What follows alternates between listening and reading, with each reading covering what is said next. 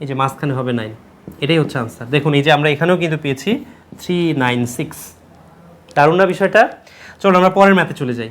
এখানে তাহলে কথা হবে 11 গুণন 53 মানে 53। আমরা কি করব, 5 লিখব, এখানে 3 লিখব, আর এই দুটো যোগ করে জাস্ট মাঝখানে লিখে দিব। এই দুটো যোগ করলে কত হবে?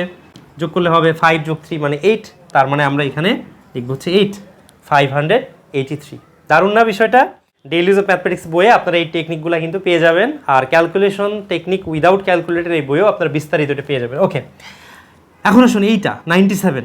এই ক্ষেত্রে আপনাদের একটা জিনিস মনে রাখতে হবে, এই যে 97 লিখলেন, মাঝখানে আমি যদি এখন 97কে যোগ করি তাহলে কত হচ্ছে? 97 যদি যোগ করি তাহলে হচ্ছে মান আসতেছে 16। তো এই যে এখানে 16 থাকছে, মান তো এত বড় হবে না, কারণ নর্মালি তো এটা বোঝাই যাচ্ছে যে এই মানটা অলমোস্ট 1000-এর কাছাকাছি থাকবে, তাই না? তো আমরা যে কাজটা করব, আমরা ডান সাইড থেকে আসবো, অর্থাৎ এই ক্ষেত্রে আমরা যেই কাজটা করব, যদি যোগফল 10-এর বড় হয়ে যায় এরকম যদি আসে, সেক্ষেত্রে আমরা কি করব, ডান সাইড থেকে লিখব। এই যে 7 এখানে লিখলাম, এরপরে যে কাজটা করব, 9 আর 7-এর যোগফল কত? 16, 16-এর 6 লিখব, আর ওই যে একটা আছে না, ওই এককে এই যে 9-এর সাথে যোগ করে দিব, তাহলে 9 আর 1 কত হবে? 10। এই যে 10, এটাই হচ্ছে আমাদের আনসার। আপনি যে কোনো ক্যালকুলেশন এইভাবে করতে পারবেন। দেখুন ধরুন আপনার আছে হলো যে 11 ইন্টু হচ্ছে আপনার ধরুন 88 আছে।